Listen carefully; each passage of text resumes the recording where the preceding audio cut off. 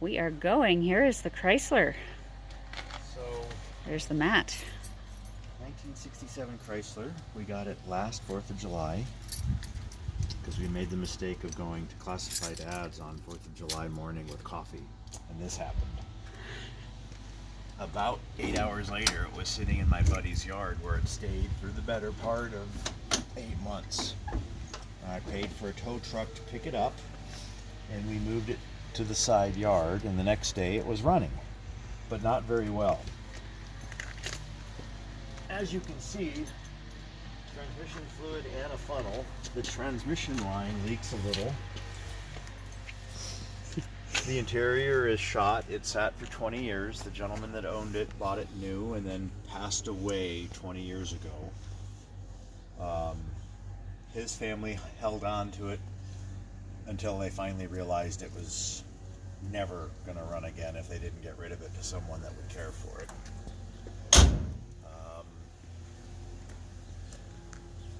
The body's fairly straight. It's been rear-ended. There's a little Bondo under here, and this was cracked, and we found one on eBay and replaced this trim piece.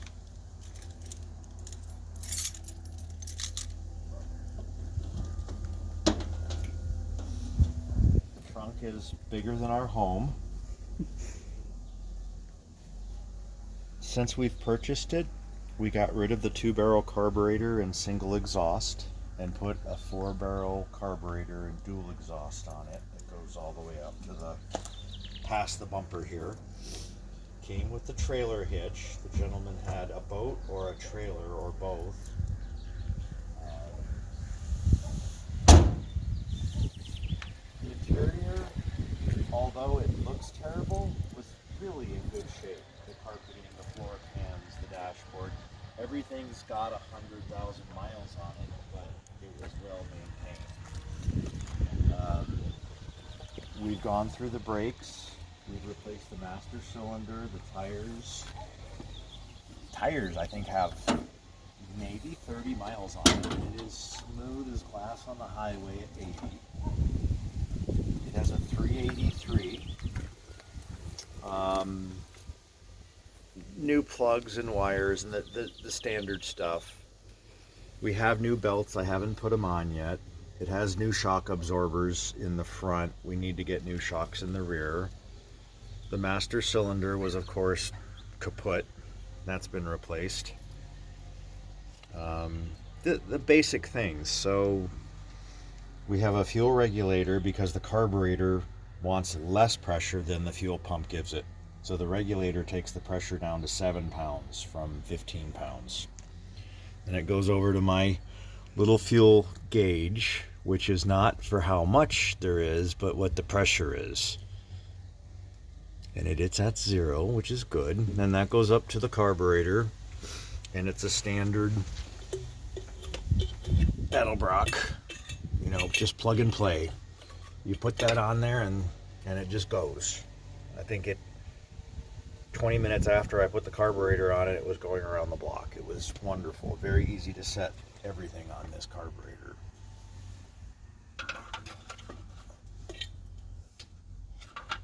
Even though the air cleaner says 440, it's a 383.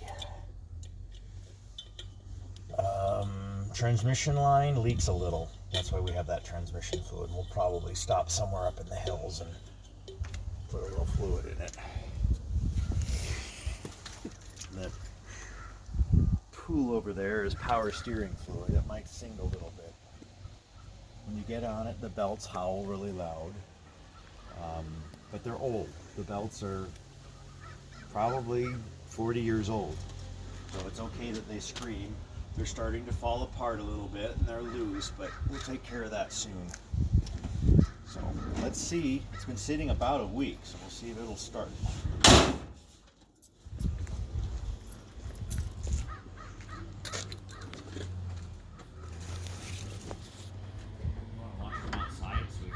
Sure. I was going to say, this is the only time I've ever had to get my own door.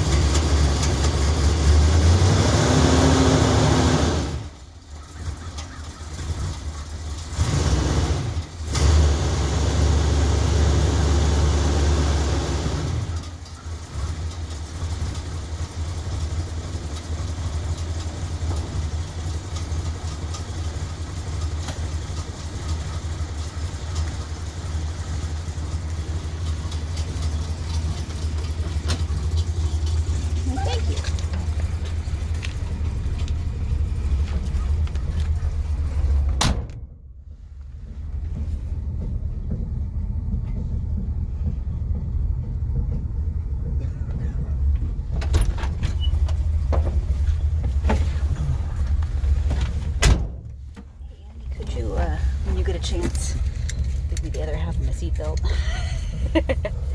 Thanks. Nice. All right. Let's undo that again. Let's not do that again. Oh. I don't want to cut you in half. Bruises are alright, but cut in half is bad. Okay. There you go. That's better.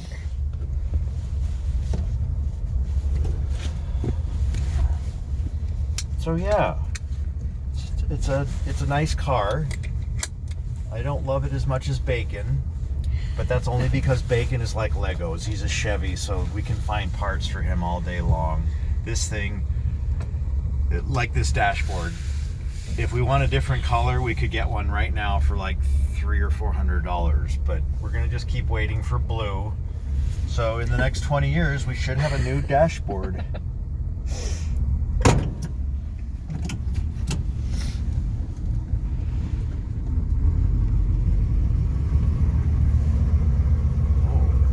Still working. It hasn't leaked all out.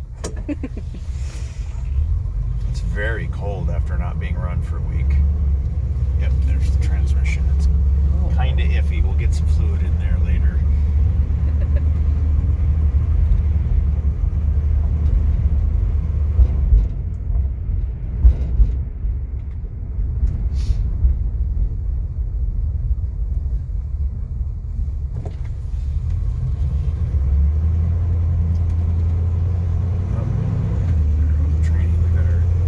Stop, put some fluid in it. All right.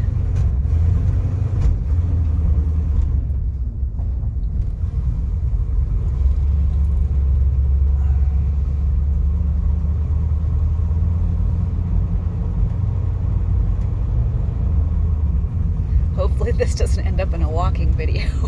It could. I'd hate to try and find a tow truck on Memorial Day. It might be a little spendy. So the transmission leaks from the training line. It's not an issue. The transmission pan looked like it was leaking, so I replaced the filter and gasket, and it kept leaking, and I tightened it, and it kept leaking, and I found out it was the transmission line just above it has a crack in it as it goes into the transmission, so I need to buy just the steel line, and then it's the low pressure side, so I'll hook that with a piece of hose, and it will be good as new and stop leaking.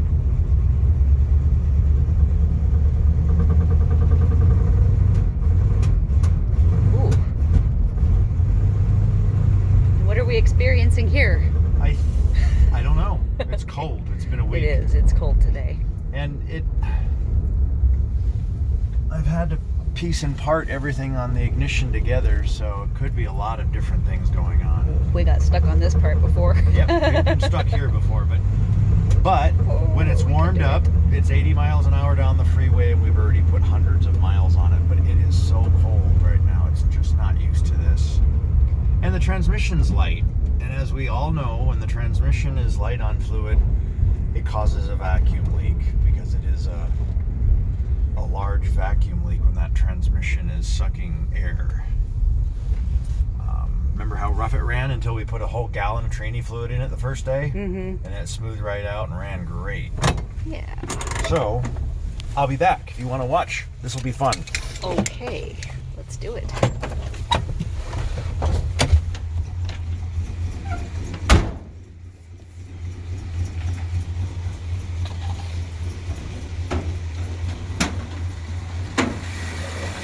Oh yeah, shaky, shaky.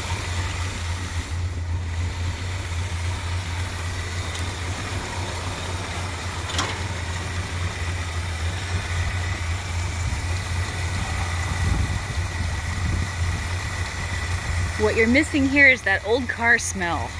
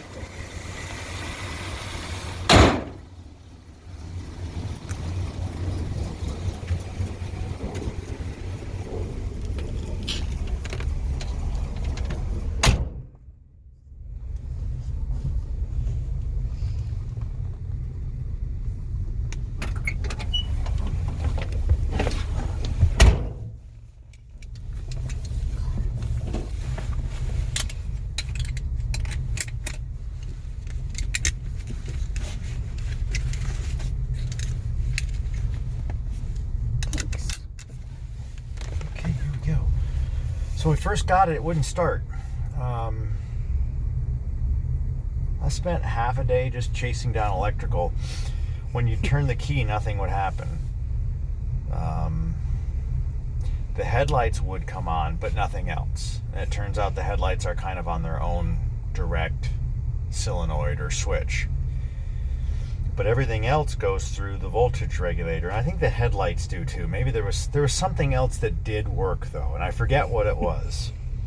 But nothing worked. And I tracked it down. I finally started watching videos on YouTube, and there was a guy that said, hey, on a Chrysler product, every single thing in your car that runs on 12 volts runs on it through the alternator.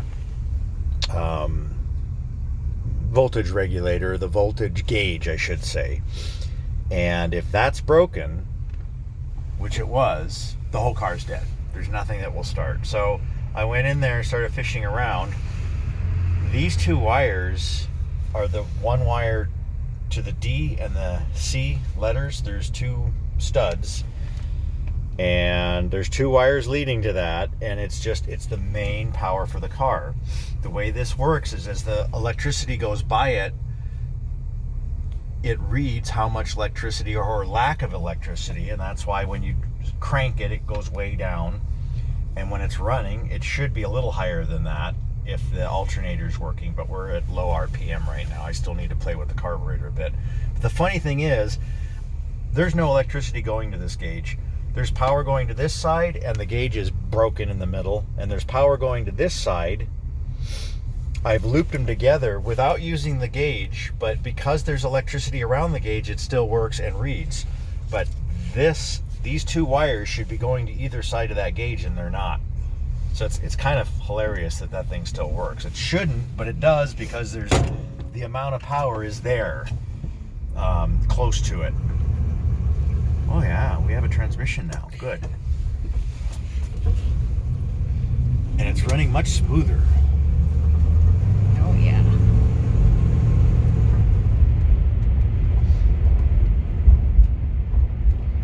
You can hear how heavy those bumps are. They're really not that bad. This came with air shocks from the 60s, I think. Maybe the 70s. And in order to get the butt to not sag, because the springs are so bad, we put 100 pounds of pressure in there. So the rear end is like a 1-ton truck. Once we find a set of springs for this thing and new shocks, it will drive wonderfully. And then if it still sags a little, I can use some of the old springs to kind of make my own spring pack.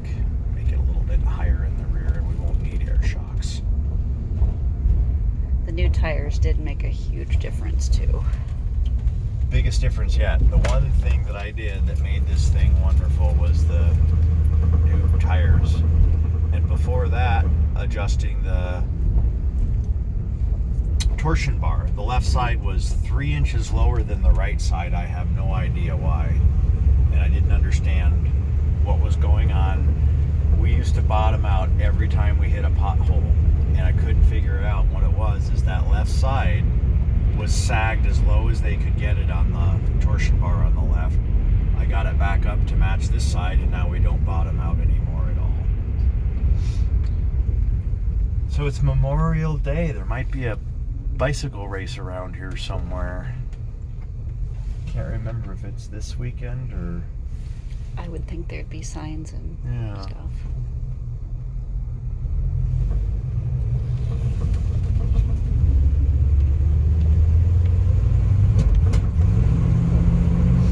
So I think that's accelerator pump. We'll find out. No, it's definitely the run. I think that guy will have a number on him. It's not a bicycle race, it's a run. Maybe. He's awfully lonely. Yeah, he is. I don't know. There's no number on him either. He's just a jogger. So when I hit it, it pops out of the tailpipe. I don't know if I might have the accelerator pump set for too much gas. Seems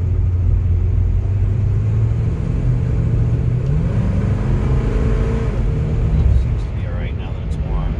I don't know what that popping is. We'll figure it out. He doesn't have a number. No number. He's not a jogger. that's it, Dad, and that's all I got to say about the car. It's a lot of fun. We enjoy it. It's not center stage anymore. I'm trying to get all 3 of my new projects up and running so I can move them around. So Bacon is center stage right now. This guy's just standing still for a while, but he runs. They're all registered and insured, and they run. As far as, we'll have to show you Durka one of these days. He's in the driveway. Do a Durka video. That was my first project. I picked him up last summer, and that's when I discovered Bacon on that ranch.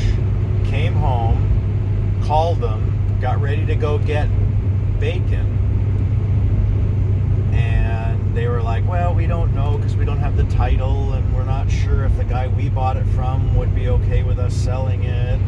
I was like, okay. Then we found this car, bought it.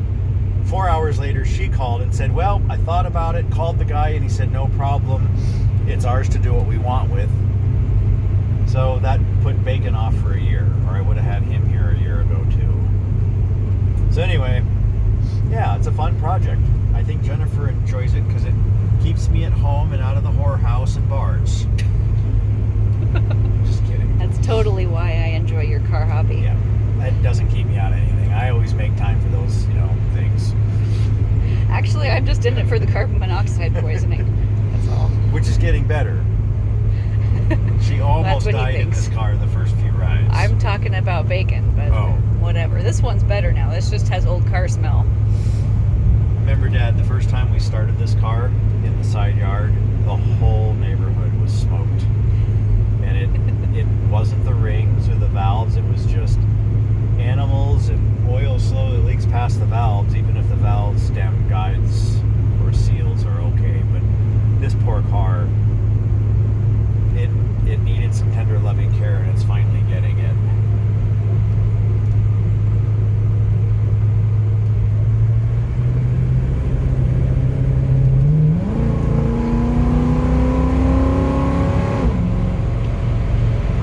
It goes from 30 to 60 in less than a day and a half, like it used to.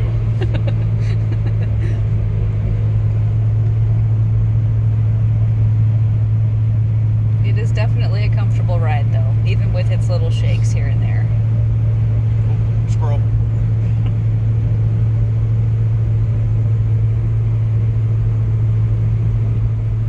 Well, I suppose that's all for now. Love you, Dad. Take care. Love you too, Dad. Bye.